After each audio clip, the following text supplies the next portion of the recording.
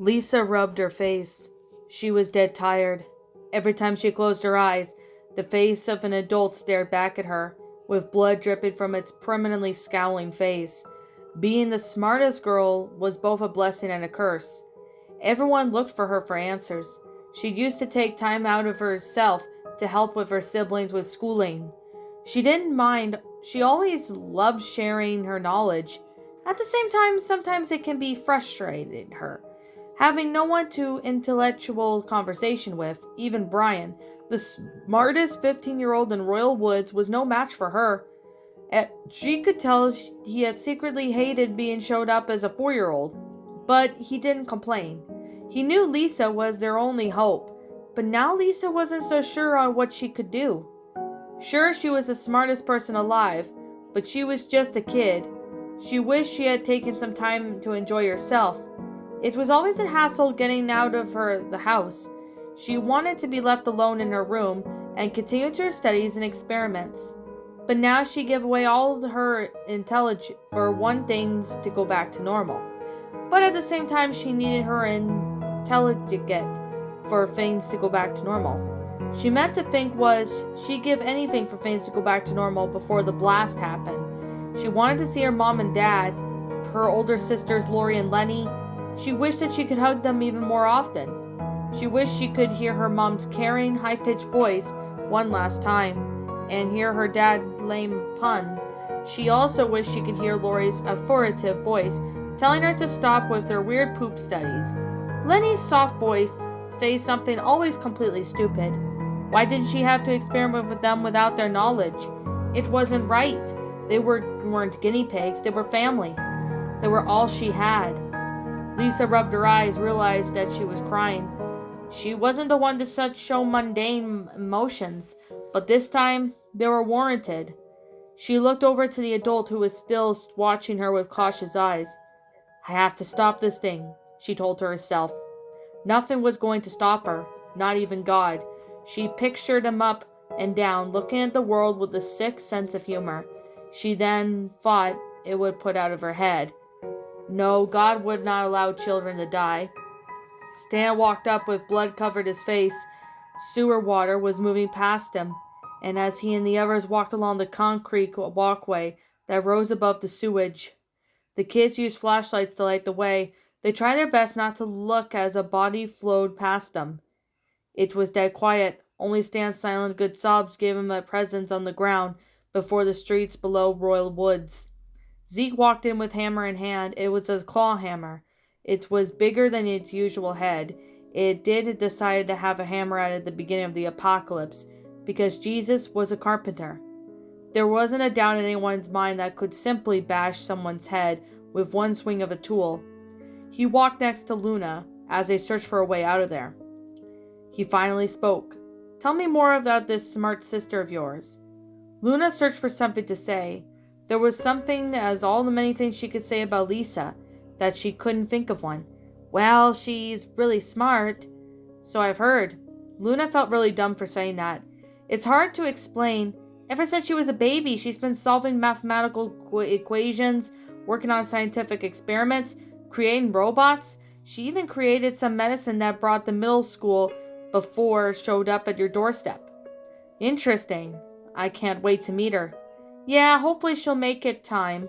She's a busy kid. She might just end up being humanity's savior. Maggie walked next to Luann. There was some awkward silence between them. When they arrived at the church, Maggie still held on to Luann's hand. Luann had to tell her that she could only let go for Maggie to let go, and she looked slightly embarrassed when she did. Luann decided to speak. Thanks for saving me back there. Maggie instantly looked towards Luann.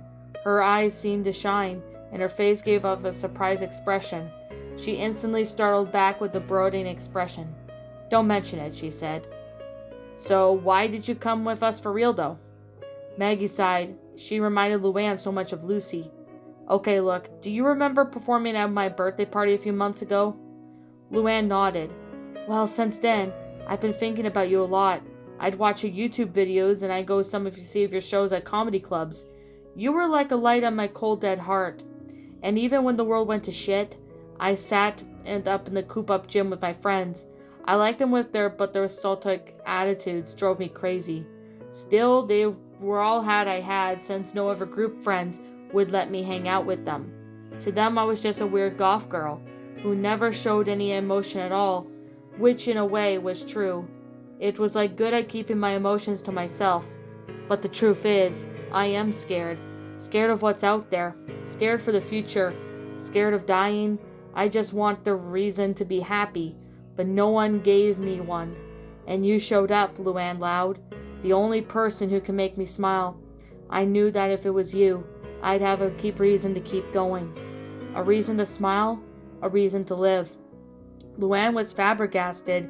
She knew she had fans, but she didn't know she had a fan that cared so much. Well, thanks. That means a lot. Meg tried not to smile, but at the end she couldn't help herself. She also wanted to hug Luann, but she knew there was something like that the world would have to wait till later. Cooper walked next to Lynn. Lynn stared intently ahead, while Cooper looked at the ground, completely lost in thought. That was messed up real bad back there, he said. Can you be more specific? Lynn said without even looking at him. Well, all of it. The adults gathering the bodies, Jeremy being bitten, the fact we had to leave him. There was nothing we could have done for him. That still doesn't make it right. Look, Lynn is now looking right at Cooper. I really hate when you have to leave that poor kid, but can't you see that I was trying to stay and help him too? Cooper didn't even think of anything else to say. There were too many adults, she continued. We were outnumbered, and besides, if we did take Jeremy with us, he was just going to bleed out before we got back to elementary school. Cooper looked back down at the ground. Lynn sighed. We're not bad people, Cooper. We're just kids. We can't be expected to make good decisions. Cooper looked back up at Lynn, who was about to say something when he yelped and disappeared. What the fuck? Lynn screamed. Everyone looked at her. She hurried at the edge of the walkway, saw Cooper being dragged underneath by dirty sewer water, by dirty, rotten arms. Help! Was all he could say before he was submerged. Everyone stood around screaming. None of them wanted to jump into the dirty sewer water after him. Lynn shouted at someone to do something, but no one budged. She swore. Looks like it's decision-making time.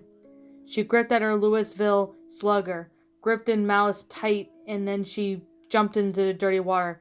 The last thing she heard was shouts of her sisters before she went under. Kids dragged the bodies of the dead adults back to the grass behind the school, while the other kids stood and watched. They piled up the bodies of dead adults, while the other kids went to work on digging holes to bury the dead kids in. This sucks, Chandler groaned as he went to work with the shovel. He was talking with Andy. Why did Lincoln's weird sisters have to go into the frickin' basement to look for frickin' ghosts? Now we all have to throw our backs out digging holes. Andy shrugged his shoulders. I'm just glad we didn't lose that many kids. Once there was a head count, all the kids concluded we only had 6 kids that died. Lincoln was also digging with Clyde, while Lucy was forced to mop up the blood on the floor of the school with Grace and some other kids. It's scary, said Clyde. I felt so much safer in the school for the last week. I thought we were protected from the outside world, but after what just happened, I don't feel safe anymore. I feel more vulnerable than ever. I don't think we'll ever feel safe again. Clyde thought back to how protective his dads were. They watched him like hawks, always making sure his food was safe to eat, making sure he wasn't walking too fast to his own house, making sure he had his medicine and inhaler. He wished that they were now here to make him feel safe, but that was never going to happen. They all had to look out for themselves now. Today proved more wrong than anything. Don't say that, Clyde, Lincoln said. You just saw how the older kids effortlessly took down those adults. There was only an accident that they got in. All we could do is learn from this experiment and experience and prevent it from happening again. Clyde then nodded. I guess so. I'm still scared though. We all are, Clyde. Lucy wanted to vomit as she mopped away the blood, not knowing if it belonged to the adults or kids. That sure was crazy. Lucy looked up to see Grace looking at her. She had a smile that could even warm the adult's cold, dead heart. It was hard to believe that only an hour ago she was scared beyond belief. Yes, it was. Were you scared? Lucy nodded. Me too. I'm glad Joey took the other kids and were able to protect us. So brave." Lucy nodded again, remembering how Joey went mental on the adults while Duke stood a few feet behind, just poking haphazardly. She could tell that he was scared, and the thought of it made her want to smile. He was all bark and no bite. He wasn't fit to be in charge, even if he did sit around the auditorium looking important. They couldn't live like this forever. Lucy hoped that someone else would eventually show up and take charge. Lana and Lola sat in the gym, with the younger kids holding Lily and petting Charles. "I'm going to kill him," Lana growled. "I'm going to kill that stupid grease monkey." "How do you plan to accomplish that, warrior woman?" Lola quipped. "I'll get Tom to help me make a bow so I can shoot him with it." "Do you even know how to make a bow?" "No, but it's never too late to start learning new things." "Are you sure you'll be able to make him out with it?" "I won't know if I try. I have to go talk to Tom at the wood shop room." We're not allowed to leave the gym, Lana. We'll have to wait till Lincoln's done digging holes or our sisters get back." "Who knows when that will be? I need to go now. Every second counts." Lola grabbed Lana by the arm. "Please don't leave. Just wait here with me. I don't want to be left alone." "You won't be alone. You'll have Lily." Lola looked down at Lily and watched as a snot bubble formed in her nose and popped. "Lana," Lola said sharply. All right, Lana said, sounding irritated as she took Lily from Lola's arms. "I'll wait here a little longer." At this point, some of the kids around their age heard them. "You really want to fight those things?" one of them asked. "Yeah, I do."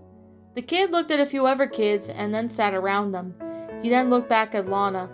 "I want to help," he said excitedly. "Why?" Lana asked. "Because when I saw Joey and the other kids fight the adults, I thought he was so cool and brave. I really wanted to go out and help him, but none of the older kids would let me. I just want to prove that I can fight. I'm tired of sitting around the gym and doing nothing." Lana continued to stare at the kid. "What's your name?" "Timmy," he answered. Lana continued to study the kid. He looked about the same age as Lana and Lola. He didn't look very strong. However, size doesn't matter if you had numbers. "If you can get some other kids to help, we can go out sooner and take that grease monkey and his gang." Timmy nodded and wandered off with a few kids. "Lana, there's no way in heck you stand a chance against that grease monkey," Lola said, her voice filled with trepidation. "Why not? Those adults are stupid.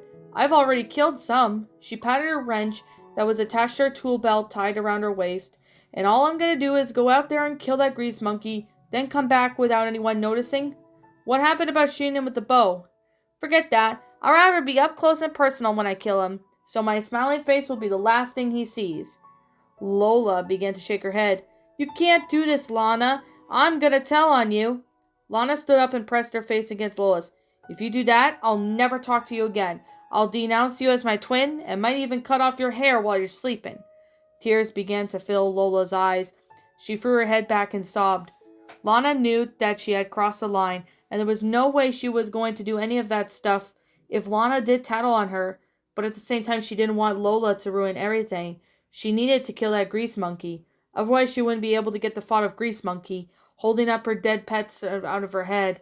Ever since they first arrived, whenever she tried to sleep at night, she couldn't get the thought of grease monkey stomping down on hops and biting into Izzy out of her head. Trini then walked up to Lola and began to comfort her. "What happened?" she asked. Her voice was soft and soothing. I don't know," Lana answered, shrugging her shoulders. "I guess all the stress the couple of hours is getting to her or something." Lynn was surrounded by darkness and sewage, and soon she felt her feet hit the water as she instantly regretted jumping in. But she was too late now. This was not the time to show fear. She felt around the water and felt something grab onto her. "Gotcha!" Lynn pulled as hard as she could. She didn't think that Cooper was this heavy, but by the time she realized it wasn't Cooper, it was too late. A male adult rose from the water and lunged at her.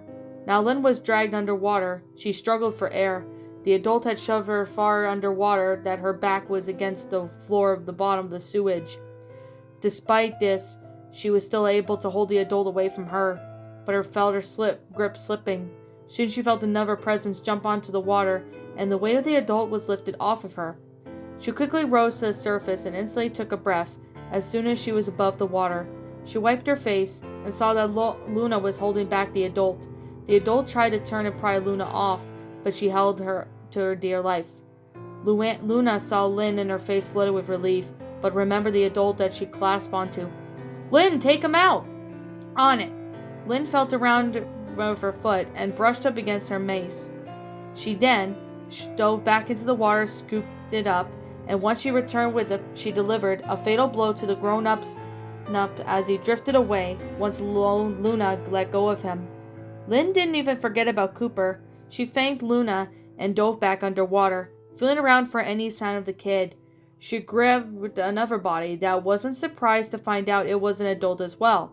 She brought it up and let Luna deliver a swift blow this time, and that's when Lynn saw Cooper drift up below the water. She grabbed him and heard cheers coming from some of the other kids, but their cries were suddenly silenced once they realized Cooper wasn't moving. Lynn looked back at the group before them. Luann had a worried look on her face. Maggie looked a bit concerned. Stan's face looked completely devoid of any human motion. Zeke, however, tried to look upset at the two bodies that were drifting away instead of Cooper. "Help me," she demanded. She made her way towards the walkway. Luann reached for Cooper, which prompted Maggie to do the same. Zeke helped her too, while Stan just stood and watched. The lay Cooper sprawled out on the path. Lynn had put an ear to his chest and began to hear chest compressions and mouth to mouth, while the people around her held their breaths as if not breathing would help Cooper not his breathing. Come on, Lynn swore at Cooper. "Don't die on me." Lynn didn't want her heroic act to be for nothing. If Cooper lived, it would make her feel better about her acts of cowardice and at the beginning of the apocalypse. Suddenly, Cooper began to cough up water. "Yes!" Lynn cheered, as she set Cooper to his side and let him vomit up the water. Now everyone could cheer. As Cooper was spitting up sewage, he looked up at Lynn as she was being illuminated by a flashlight that made her look like an angel, even though she was soaking wet with sewage water. "Thanks," he said, as soon as he caught his breath. "Don't mention it," she responded. "I only saved you because I could beat you at basketball when we get back." Cooper couldn't tell if she was joking. "This is not the time to breathe easy," said Luann, pulling out the darkness behind them. Emerging from the shadows, shambling along the paths, were even more adults. The kids from the church began to panic. A lot of them hid behind Zeke as he stood there without a hint of fear in his face. He almost looked pleased to see the adults. Stan gripped tightly on the mace. He really wanted to take them all out, but he knew it was dangerous to fight in the dark against so many. Cooper groaned, to which Lynn looked back at him. "Are you okay to walk?" "Yeah, I think so." "Good." Lynn picked up her baseball as they hurried down the path, away from the approaching danger. "We really need to find a way out of here," said Luna. "No, duh," Lynn retorted. They ran for a couple of several minutes through the underground maze. They wondered how long these tunnels had ran on for.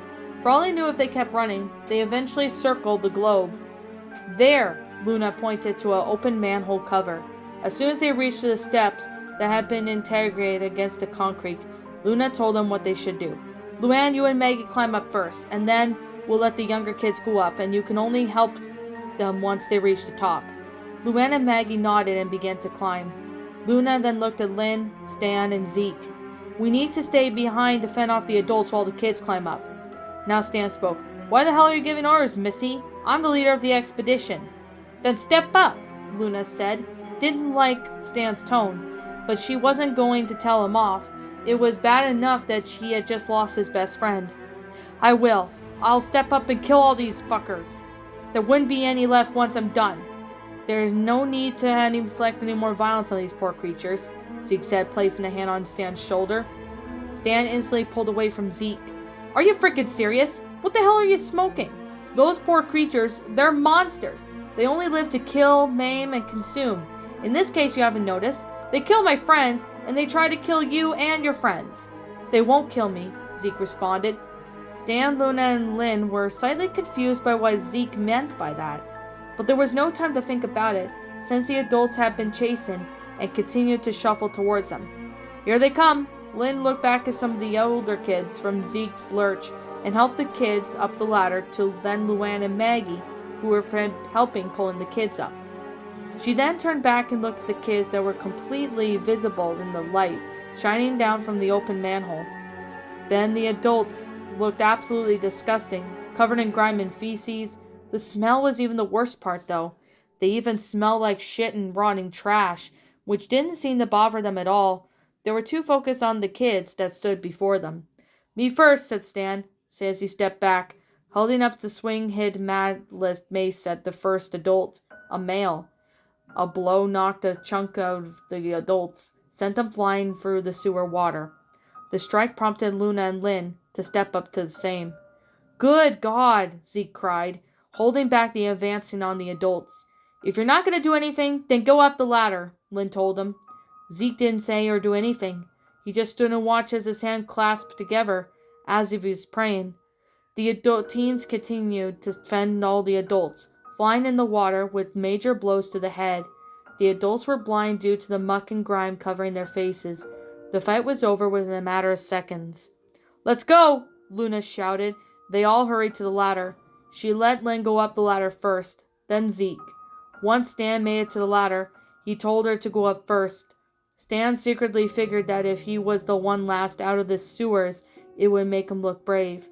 As soon as Luna reached the top, it took a moment for her eyes to adjust to the sunlight. She wasn't sure how long they were in the sewers for. She was happy to be away from the smells, although she and Lynn did stink up from jumping into the water, but she didn't care. She was just glad to be on the dry streets of Royal Woods. At least that's where she hoped it was, and wanted to shout, dance, and sing. But then she noticed a lot of kids were looking the opposite direction of the manhole. Most of them were huddled together in a defensive stance. She couldn't see what they were looking at. Stan soon reached the top and noticed the same thing as well. He hurried up and the group pushed past him. Luna decided to follow him, and once she saw what everyone was looking at, her heart skipped a beat.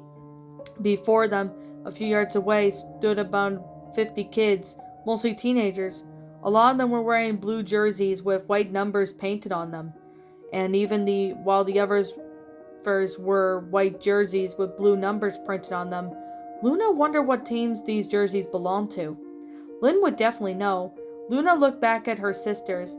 Lynn was studying them intentionally, while Luna stood behind her younger sister with a worried look on her face. She even looked back at the teens and studied them. They all had hard, curious, vigilant looks on their faces. They all held assortments of weapons, baseball bats, clubs, and knives and daggers and swords. They were holding these weapons as they were ready, daring Luna to make one wrong move. Finally, it was Stan who said something. He held his hands up and spoke. "Hello?" None of the kids said anything. "Can we help you?" "Yes, you can." A tall, tough-looking 15-year-old standing in front of the crowd said, "You could tell us how to get to a school called Royal Woods Elementary." "What a day, huh?" a voice said to Lincoln. Lincoln looked up to see Tucker, approaching him and Clyde with a shovel. "Tucker, you're alive!" Lincoln was happy to see that Tucker was okay. "Where have you been?" "I was up on the roof." "And you didn't hear any of the commotion going on in the school?" "No, I was asleep." Tucker looked embarrassed. "Well, you missed the action." Lincoln told Tucker what happened. "Wow," was all Tucker could say. "Once I woke up and went back downstairs, no one would tell me anything. Someone just handed me a shovel and told me to get to work out back." "Well, you probably should have stayed up there," Lincoln quipped. "We've been digging for an hour. We have to dig 6 holes, 6 feet deep, for the kids who died." Tucker looked worried. "Who died?" Lincoln told him. Tucker shook his head. "No kid deserves to die, but it happens. It happens throughout history. Kids are pure and innocent, yet the world always finds a way to kill them. Be it sickness, a feminine on accident, a violent act, or an adult who preyed on kids." Lincoln and Clyde nodded their heads. "We just have hope," Lincoln said.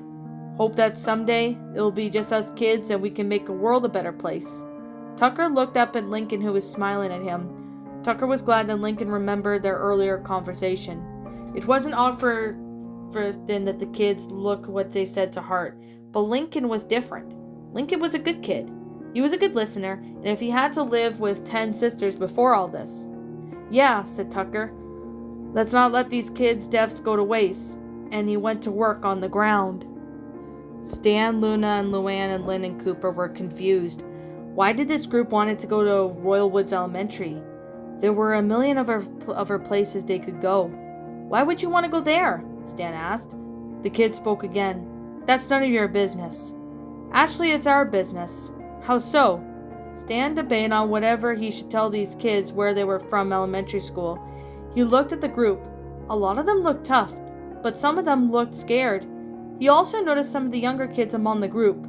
If this group was comprised of anything but troublemakers, then surely they wouldn't have little ones with them. Because that's our home. Stan ignored the chiding comments that Luna and Lynn had gave him for telling everything they recited in. Instead, they watched the fact that the kid spoke seems to appear here pleased. Can you take us there? Why? Said Stan. I got a cousin who lives in Royal Woods. His name is Jake Flex, and he and I are very close. He's like a brother from another mother. Do you know him? Maybe. Hold on, Lynn spoke up now. Why should we take you to the elementary school? She walked past Stan and walked up close to the kid at the lead of the group. Luna and Luann called out to Lynn, but she ignored them. Whoa now, the kid warned. Don't get any closer. I hate to have to fight to you or rather have her fight you. The kids pointed out to a strong-looking blonde girl with wavy hair who was clutching onto a double-headed axe. Come at me. I'm not afraid of you or her. I'm not afraid of anything. The kid seemed to be mistakenly taken aback by her comment. You're not afraid of anything? No. Then I guess you're just stupid.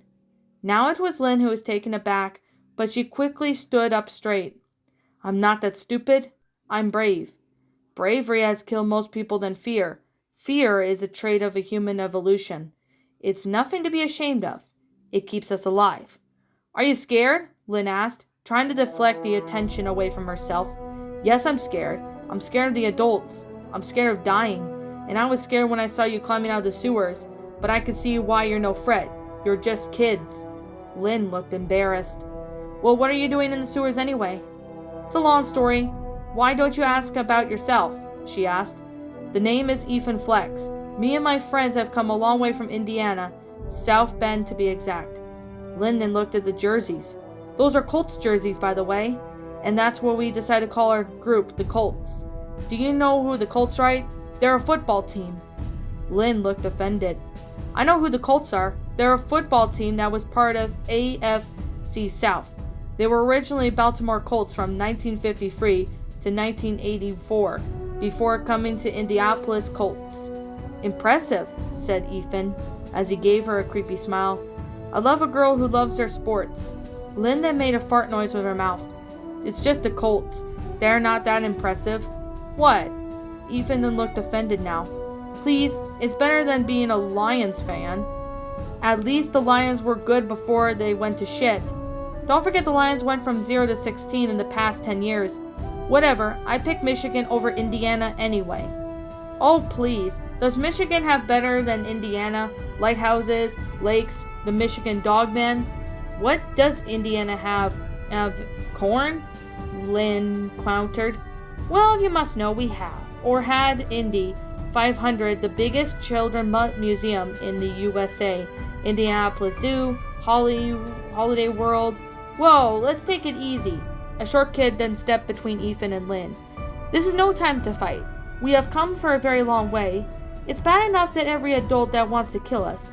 We don't need to kill each other for them. Lynn and Ethan eased up. The short kid then turned to Lynn. Sorry about that, my friends. He's a tough kid to love, but he grows on you. Lynn made a dismissive grunt. My name's Norman, by the way. He held out a hand. Lynn just slapped it. Okay, so will any of you guys be able to take us to the elementary school? We are tired and hungry, and we've got little kids with us. Stan then stepped up. I could take you to the elementary school, but whatever you get to do stay isn't up to me. Fair enough. Norman looked at his head. He then turned back to face Ethan. Shall we continue? Ethan shrugged. He then gestured towards someone who was hiding behind the corner of a building. The kid nodded and began to take advantage. He was guiding the two horses that were carrying a bandwagon that had some of the kids and supplies. What the? Stan cried. A lot of the kids began to jabber excitedly. The younger ones seemed excited to see horses. "Oh, sorry," Ethan said. "I forgot to mention that we've traveled here by wagon." As the horses got closer, Stan realized how big they were. "These are Clydesdale horses, by the way." "Can you fit all in there?" Stan asked, pointing at the wagon. "No, it's not big enough. It's mostly for the younger kids. We older kids take turns riding it, while the other ones guarded it." "Cool." The group continued towards the elementary school. Stan was certain that Duke wasn't going to be happy, but at this point he didn't really care. As he walked, he noticed a girl with dark blonde hair walk up beside him holding the hand of a younger boy. She smiled at him. As beautiful as this girl was, Stan didn't smile back. "Thank you," she said. "For what?" "For agreeing to take us to your school. I am glad to be out of that church. It was pretty creepy." "I only agreed to take you to where we live. There is no guarantee you'll be able to stay." The girl looked saddened by Stan's remark and returned to the younger kid beside her. He looked very sad as well. For the first time since losing Jeremy, Stan felt bad for someone else. "Sorry," he said. The girl looked back at him. "It's okay. I'm sorry about your friend. It wasn't right to leave him." "Tell that to them," Stan nodded towards the kids who stood a few feet away from them. Luna and their sisters were standing next to Zeke as he talked away at them and Ethan. The girl nodded. "The name's Stan, by the way," he told her. The girl smiled again. "I'm Mary, and this is my younger brother, Matt." The kid stepped sheepishly behind his sister. "He's a shy little fellow." "Do you have any siblings?" Mary asked. Stan looked, thinking about his sister. "Yeah, I have one sister named Sally." Stan's face turned to a dark pink that came to his mind. "I used to have another sibling, a boy named Sammy." "Oh." Mary looked sad. "Do you mind if I ask what happened to him?" "It was before the disease or whatever. Sammy was Sally's twin brother. 6 years ago, when she and him were only a year old, I was 9. My dad went on a hunting trip. He loved to hunt and fish, but I didn't like to hurt animals. So my dad went without me. He came back a few days later. Everything seemed fine. Then a week or so later, he started to act strange. I woke up one night to find him attacking my mom. He was attacking like a monster. I panicked and went to where my dad keeps his guns. I grabbed one and threatened to shoot him. Then went after me after being too scared to shoot him. I ran into Sally and Sammy's room." Stan lightly hit himself in the head with a closed fist. "Stupid," he then looked to himself before continuing. "I hid in their closet until they slept soundly in their cribs and barged in and made his way towards Sammy, since he was the closest. He stirred in his sleep, and my dad grabbed him. Now I shot from the closet. I threatened to shoot my dad again, but he completely ignored me and lifted my younger brother up. I kept shouting at him, and that's when he bit down on Sammy's head. I screamed and shot him several times until he went down." Tears were now starting to form in Stan's eyes. "I ran up to Sammy, but it was too late. My dad had killed him," Stan cursed to himself. "If I had just shot him earlier, my brother would probably be alive right now. Instead, I was too scared to do anything now until he was dead." Stan looked at Luann, who was still talking away with her sisters. He thought back to how she had been scared to fight those adults a few hours ago. Now he had tried to make her kill one. He was well aware that he was being hard on her, but she had to learn how to fight before it was too late. He wouldn't wish the guilt felt over his younger brother's death on anyone else. Mary looked completely blown away by Stan's story. "Oh my goodness, I'm so sorry." "It's fine." "Why did your dad go crazy?" she asked. "Rabies," Stan answered. "Turns out when he went hunting and got bit by a bat, and since he's been drinking, he was too drunk to notice." Stan thought about how creepy it was now that the adults were acting just like his dad was, absolutely mental, and attacking anyone in sight who wasn't sick. "You know you can't blame yourself for what happened, right? He was your dad. If my dad went nuts, I'd have trouble bringing to put him down too. That thing wasn't my dad, it was a monster, just like the adults were now." Mary looked down at the ground. Stan didn't like how he made her sad, dumping that sob story on her. "I'm sorry you had to hear that depressing story. Why don't you tell me a little bit about yourself? Like, what were you doing in that church?" Mary lifted her head and smiled. Well, it started when I was running to the elementary school where Matt was. I prayed to God to let him know that he'd be okay. Just as I finished praying, I saw Matt standing in the middle of the street all alone crying. Either it was crazy or coincidence, or God did hear my prayer. I scooped him up and ran towards our house. Eventually, me and some other kids were running in the same direction. That was when we were suddenly being chased by a large number of adults. We were all scared and crying. We all thought it was the end, when suddenly we saw Zeke standing in the middle of the street in front of the church. He joined us with some of his friends he knew from church, and they all worked out in the gym. I suddenly ran up to him and begged him to help us. He just told us to stand close to him as the adults approached us. Still, he didn't seem to be scared of them. I told him about the adults that were going to rip him apart, but he didn't budge. I was about to run away and leave him when he held up and spread his arms wide to protect us. The adults completely ignored him and kept going. What? Stan was even shocked. Mary went on. After we witnessed all what happened, we trusted Zeke completely. He led us to the church where we've been hiding in ever since all you showed up. Stan couldn't even believe her story. What the hell was up with Zeke? He looked at him. He was still talking to the Loud sisters and Ethan. They were going to have a talk with him about that when they got to the school. So, Zeke said, do you really think Lisa can find a cure? Hell yeah, we do, Lynn said. Zeke looked slightly shocked when Lynn swore. He then decided not to say anything. She is the smartest girl in the world after all. Oh boy, Zeke said. I can't wait to meet her. The Loud siblings all looked at each other. Well, she's normally really busy, said Luna. She might not have time to say hi. Zeke's facial expression did not change. Instead, he changed his face towards the sky. Thank God you guys are sending me those messengers. The group was kind of off-put by Zeke, who admired his enthusiasm. It was a rare that anyone was upbeat these days. Is there anything Lisa can't do? Ethan asked. Yeah, fly, Lynn answered. Ethan laughed. Well, let's pray she can actually find a cure. Do any of you know any prayers? Zeke asked. Everyone thought about this question. The Loud family wasn't exactly a religious type. Ethan and his friends tried to think so. The only prayer I can only find is Hail Mary prayer, said Lynn. Ethan snapped his fingers. Yeah, me too. Oh, said Zeke. Yeah, said Lynn. And of course, I only know it because of football. Me too, said Ethan. Zeke's shoulders dropped. Sometimes I throw a football in the air, and they try to recite off the player before they catch it, said Lynn. Ethan laughed. A few feet away, Cooper was becoming slightly jealous at how well Lynn and Ethan seemed to get along. It wasn't even a half an hour ago that they were at each other's throats. You still have so much to learn, said Zeke. Like what? Said Lynn. Like the word of the Lord. No thanks, I'm good. Zeke was offended, but he wasn't going to force his religion on anyone. There, Stan called out. The elementary school was soon coming into view. Lincoln and Clyde were just done digging the holes when the sounds of whistle blowing. He looked up at the roof, and there were older kids, yelling at him to hurry inside. What's going on? Lincoln wondered. Why are there more adults or something?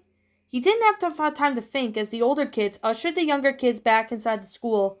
As Stan's group got closer to the school, they noticed the smoke blowing from behind the school. What's with the smoke? Ethan asked. I don't know, Stan answered. His heart began to race. Come on, let's pick up the pace. They got closer to the school. More obvious smell death became. Stan and the Loud sisters began to get into slight jog. They soon reached the front of the yard of the school. Stan looked up and saw the kids standing on top of the roof, watching them and the new arrivals carefully. Okay, it's just us, he said to them. He pounded on the front door and it opened slightly. There were still chains attached to the school door handles to keep it from opening all the way. Doug peered out. Whoa, man, who the heck are they? It's a long story, Doug. Why are there smoke coming from behind the school? It's a long story, Doug answered. Is Sally okay? And our siblings? Luna asked. They're fine, Doug said, with a hint of scorn in his voice. Well, then what happened? Stan asked again. You'll have to ask Duke. He's not going to be very happy to see that you brought company. Ask me if I give a shit, Stan said. Doug sighed, closed the door, unlocked the chains. Stan came in first and then the Loud sisters. Doug sniffed the air. Why do you all smell like shit? He then stopped when he gave them the intense, threatening looks. "Lawn story," Luna answered as they continued on. Doug watched as the kids kept piling past him. One of them recognized Zeke as Zelot. He was whispering slightly at the few other kids his age, and then the other kids wearing blue and white cold jerseys starting to walk past him. Doug thought about the smiling as kids went past him, but decided not to. They really should have let who was in charge of these groups to come and talk to Duke, but it was late now. Finally, they reached the end of the group, and the kid with wearing overalls and a straw hat. He asked Duke and Doug if there was a place they could put their horses. Doug sighed. Could this get any worse? Lincoln, Clyde, and Tucker were confused as to why they were going back inside. Although they weren't really complaining, they were happy to be done digging holes out in the sun. Lincoln spotted Lucy and rushed over to him. "What's going on?" she asked, weirdly hoping the answer couldn't be more adults. "I don't know." They heard someone said something. Looked down the hall to see kids walking across the hall horizontally from them. "Who the heck are they?" someone said. No one said anything. Instead, they watched as the kids kept coming to where there were 70 of them. Soon the last of the kids walked by some of the older kids. They began to walk down the hall, which prompted the younger kids to follow. Some teens told the kids to wait, but they were all too curious. They followed the new kids down the hall.